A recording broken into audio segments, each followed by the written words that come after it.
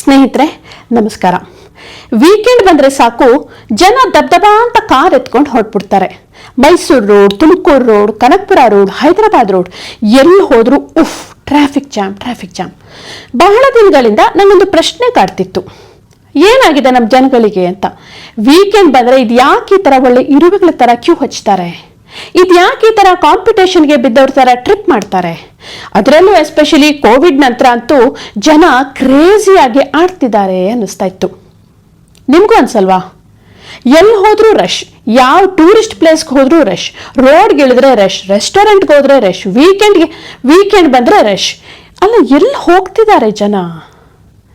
S, Indians ಮೊದಲಿಗಿಂತ ಜಾಸ್ತಿ, ವಿಪರೀತ ಜಾಸ್ತಿ, ಟೂ ಮಚ್ ಎನ್ನುವಷ್ಟು ರೋಡ್ ಟ್ರಿಪ್ ಮಾಡ್ತಿದ್ದಾರೆ. Yes, I said road trip. After pandemic Indians are driving crazy. Pandemic ಆದಮೇಲೆ ಜನ ಹುಚ್ಚೆದ್ದು ಡ್ರೈವ್ ಮಾಡೋಕ್ಕೆ ಶುರು ಮಾಡಿದ್ದಾರೆ. ಇರೋದೊಂದು ಜೀವನ ಗುರು, ಯಾವಾಗ ಮುಗ್ದೋಗುತ್ತೆ ಹೇಳಕ್ ಬರಲ್ಲ, ಇದ್ದಾಗಲೇ ಎಲ್ಲ ನೋಡ್ಕೊಂಡು ಬಿಡು, ಎಂಜಾಯ್ ಮಾಡಿಬಿಡು ಅಂತ ರೇಸಿಗೆ ಬಿದ್ದವ್ರಂಗೆ ದೇಶ ನೋಡಕ್ಕೆ ಹೋಗ್ತಿದ್ದಾರೆ ನಮ್ಮ ಜನ.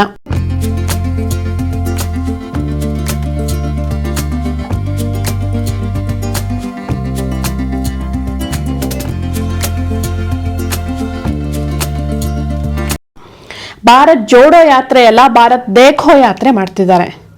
ಟ್ರೇನು ಪ್ಲೇನು ಹತ್ಕೊಂಡು ಹೋಗೋದಲ್ಲದೆ ಮ್ಯಾಕ್ಸಿಮಮ್ ಜನ ಕಾರ್ ಹೊತ್ಕೊಂಡು ಹೋಗ್ತಿದ್ದಾರೆ. ಸ್ವಂತ ವೆಹಿಕಲ್ ತಗೊಂಡು ಸುತ್ತಾಡಕ್ಕೆ ಶುರು ಮಾಡಿದ್ದಾರೆ. ಮೊದಲೆಲ್ಲ ಬಿಸಿ ರಕ್ತದ ಹುಡುಗರಷ್ಟೇ ರೋಡ್ ಟ್ರಿಪ್ ಮಾಡ್ತಿದ್ರು, ಬ್ಯಾಚುಲರ್ಸ್ ಅಷ್ಟೇ ಕಾರ್ ಡ್ರೈವ್ ಮಾಡಿಕೊಂಡು ಲಾಂಗ್ ಡ್ರೈವ್ ಹೋಗ್ತಿದ್ರು.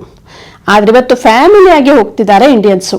1000ಗಟ್ಟಲೆ ಕಿಲೋಮೀಟರ್ ತಮ್ಮ ಸ್ವಂತ ಕಾರ್ಗಳಲ್ಲೇ ಹೋಗ್ತಿದ್ದಾರೆ. ಇಲ್ಲೆಲ್ಲ ಕೇರಳ, ತಮಿಳುನಾಡು ಹೋಗ್ತಾರೆ ಅನ್ಕೋಬೇಡಿ. ಹಿಮಾಚಲ್, ಉತ್ತರಾಖಂಡ್, ಕಾಶ್ಮೀರ್, ಲಡಾಖ್ವರೆಗೂ ಜನ ಕಾರ್ ಹೊತ್ಕೊಂಡು ಹೋಗ್ತಿದ್ದಾರೆ. ಯಾಕೆ? ವೈ? ಯಾಕೆ ಸಡನ್ ಆಗಿ ಹೀಗೆ ಭೂಮ್ ಆಯ್ತು?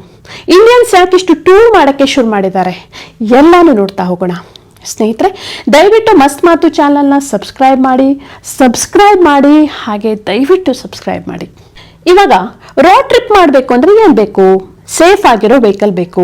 ಅದಾದಮೇಲೆ ಬೆಸ್ಟ್ ರೋಡ್ಗಳು ಬೇಕು. ರೋಡ್ನಲ್ಲೂ ಸೇಫ್ಟಿ ಇರಬೇಕು. ರೋಡ್ ಅಸಿಸ್ಟೆನ್ಸ್ಗಳು, ಸರ್ವಿಸ್ಗಳು, ಆಕ್ಸಿಡೆಂಟ್ ಎಮರ್ಜೆನ್ಸಿ ಸರ್ವಿಸ್ಗಳು ಬೇಕು. ಒಳ್ಳೆ ರೆಸ್ಟೋರೆಂಟ್ಗಳು ಬೇಕು. ಬುಕ್ಕಿಂಗ್ ಏಜೆನ್ಸಿಗಳು ಬೇಕು. ಎಲ್ಲಕ್ಕಿಂತ ಮುಖ್ಯವಾಗಿ ಜನರ ಕೈಲಿ ದುಡ್ಡಿರಬೇಕು. ನಮ್ಮ ದೇಶದ ಜನ ಇಷ್ಟೆಲ್ಲ ಓಡಾಡಕ್ಕೆ ಶುರು ಮಾಡಿದ್ದಾರೆ ಅಂದರೆ ಅವ್ರ ಹತ್ರ ಇದೆಲ್ಲ ಇದೆ ಅಂತಲೇ ಅರ್ಥ. ಸೊ ಇದರ ಅರ್ಥ ಜನರ ಕೈಲಿ ಬೇಕಾದಷ್ಟು ಹಣ ಓಡಾಡ್ತಿದೆ. ಅದರ ಜೊತೆಗೆ ಮಾರ್ಕೆಟ್ಗೆ ಒಳ್ಳೊಳ್ಳೆ ವೆಹಿಕಲ್ಗಳು ಸಹ ಬಂದಿವೆ. ಲಾಂಗ್ ಟ್ರಿಪ್ಗಳಿಗೆ ಹೇಳಿ ಮಾಡಿಸಿದಂತಹ SUV ವೆಹಿಕಲ್ಗಳನ್ನೇ ಜನ ಕೊಂಡ್ಕೋತಿದ್ದಾರೆ. SUVಗಳು ರೋಡ್ ಕಂಫರ್ಟ್ ಕೊಡೋದಲ್ಲದೆ ಬೇಕಾದಷ್ಟು ಲಗೇಜ್ ಸ್ಪೇಸ್ ಕೂಡ ಇರುತ್ತೆ. ಮೊದಲಿನ ಕಾರ್ಗಳಿಗಿಂತ ಇವಾಗಿನ ಕಾರ್ಗಳು ಮಚ್ ಬೆಟರ್ ಆಗಿವೆ, ಹೆಚ್ಚು ರಿಲಯಬಲ್ ಕೂಡ. ಇಂಟರ್ನ್ಯಾಷನಲ್ ಸೇಫ್ಟಿ ಮೆಜರ್ಸ್ ಇರುತ್ತವೆ. ಸರ್ವಿಸ್ಗಳು ದೇಶದ ಎಲ್ಲ ಕಡೆನೂ ಅವೈಲಬಲ್ ಇರುತ್ತೆ. ಹೀಗಾಗಿ ಜನ ಎದ್ದೆದ್ದು ಟ್ರಿಪ್ ಹೋಗೋಕ್ಕೆ ಶುರು ಮಾಡಿದ್ದಾರೆ. ಇನ್ನು ಎರಡನೇ ಮೇಜರ್ ರೀಸನ್ ಈಸ್ ರೋಡ್ಸ್. ಕಳೆದ 10 ವರ್ಷಗಳಲ್ಲಿ ಇಂಡಿಯಾದ ರೋಡ್ಗಳ ಕ್ವಾಲಿಟಿ ತುಂಬಾನೇ ಇಂಪ್ರೂವ್ ಆಗಿದೆ. ಸೂಪರ್ ಸ್ಪೀಡ್ ಹೈವೇಗಳು, ಎಕ್ಸ್ಪ್ರೆಸ್ ವೇ ಹೈವೇಗಳು, ಇಂಟರ್ಸಿಟಿ ಹೈವೇಗಳು, ರಿಂಗ್ ರೋಡ್ಗಳು ಅಂತ ಇವತ್ತಿನ ರೋಡ್ಗಳು ಹೆಚ್ಚು ಸೇಫ್ ಆಗಿವೆ, ಮಚ್ ಬೆಟರ್ ಆಗಿದೆ.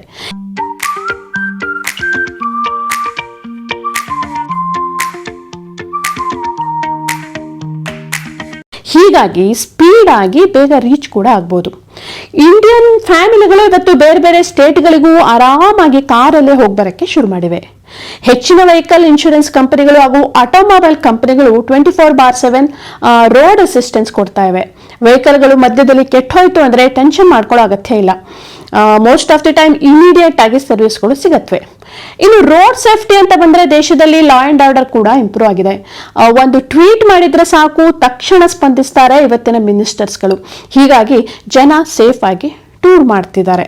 ಇನ್ನು ಹೈವೇಗಳ ಪಕ್ಕ ಪೆಟ್ರೋಲ್ ಬಂಕ್ಗಳು ಜಾಸ್ತಿ ಆಗಿವೆ. ರೆಸ್ಟ್ ರೂಮ್ಗಳು ಬೇಕಾದಷ್ಟಿವೆ. ಅಫ್ಕೋರ್ಸ್ ಕ್ಲೀನ್ ಆಗೂ ಇರುತ್ತೆ. ಟೂರ್ ಮಾಡೋ ಹೆಣ್ಮಕ್ಳಿಗೆ ಹಾಗೂ ಫ್ಯಾಮಿಲಿಗಳಿಗೆ ಇದು ತುಂಬಾ ಮ್ಯಾಟರ್ ಆಗೋ ವಿಚಾರ. ಇನ್ನು ಇದೆಲ್ಲದರ ಜೊತೆ ರೆಸ್ಟೋರೆಂಟ್ಗಳು ಇರೋದು ತುಂಬಾನೇ ಮುಖ್ಯ. ರೆಸ್ಟೋರೆಂಟ್ ಅಂತ ಇದ್ರೆ ಜನ ಬಂದೇ ಬರ್ತಾರೆ. ಹೀಗಾಗಿ ಹೈವೇಗಳ ಪಕ್ಕ ರೆಸ್ಟೋರೆಂಟ್ಗಳ ಸಂಖ್ಯೆ ಮೊದಲಿಗಿಂತ 10 ಪಟ್ಟು ಜಾಸ್ತಿ ಆಗಿದೆ. ನಾನು ಹೇಳ್ತಿರೋದು ಬರೀ ಕರ್ನಾಟಕದ ವಿಚಾರ ಅಲ್ಲ. ನೀವು ದೇಶದಲ್ಲಿ ಎಲ್ಲಾದ್ರೂ ಹೋಗಿ, ಚಂಡೀಗಢ, ಹಿಮಾಚಲ್, ಉತ್ತರಾಖಂಡ್, ರಾಜಸ್ಥಾನ್, ಗುಜರಾತ್ ಎಲ್ಲಾದ್ರೂ ಹೋಗಿ, ಎಲ್ಲ ಕಡೆ ಹೀಗೆ ಇದೆ. ಇನ್ನು ಇನ್ಫಾರ್ಮೇಶನ್ ವಿಚಾರಕ್ಕೆ ಬಂದರೆ ಸೋಷಿಯಲ್ ಮೀಡಿಯಾದಲ್ಲಿ ಸಾಕಷ್ಟು ಇನ್ಫಾರ್ಮೇಶನ್ ಸಿಕ್ಕತ್ತೆ. ರೂಮ್ ಬುಕ್ಕಿಂಗ್ ಇಂದ ಹಿಡಿದು road conditions, local information, restaurant ಎಲ್ಲದರ ಬಗ್ಗೆ ರಿವ್ಯೂ ಸಿಕ್ಬಿಡುತ್ತೆ. ರೋಡ್ ಟ್ರಿಪ್ ಮಾಡಿ ಬಂದವರೇ ಹಾಕಿದ ರಿವ್ಯೂಗಳಾಗಿದ್ರಿಂದ ಆರಾಮಾಗಿ ಇವನ್ನ ನಂಬಹುದಾಗಿದೆ. ಇಷ್ಟೇ ಅಲ್ಲದೆ ರೋಡ್ ಟ್ರಾವೆಲರ್ಸ್ದು ಗ್ರೂಪ್ಗಳಿವೆ, ಅಲ್ಲಿ ಕೂಡ ಮಾಹಿತಿ ತಗೋಬಹುದು. ಪ್ರವಾಸದ ನಡುವೆ ಹೆಲ್ಪ್ಗಳು ಸಿಕ್ಕತ್ತೆ, ಟೂರ್ ಪ್ಲಾನ್ಗಳು ಸಿಕ್ಕತ್ತೆ.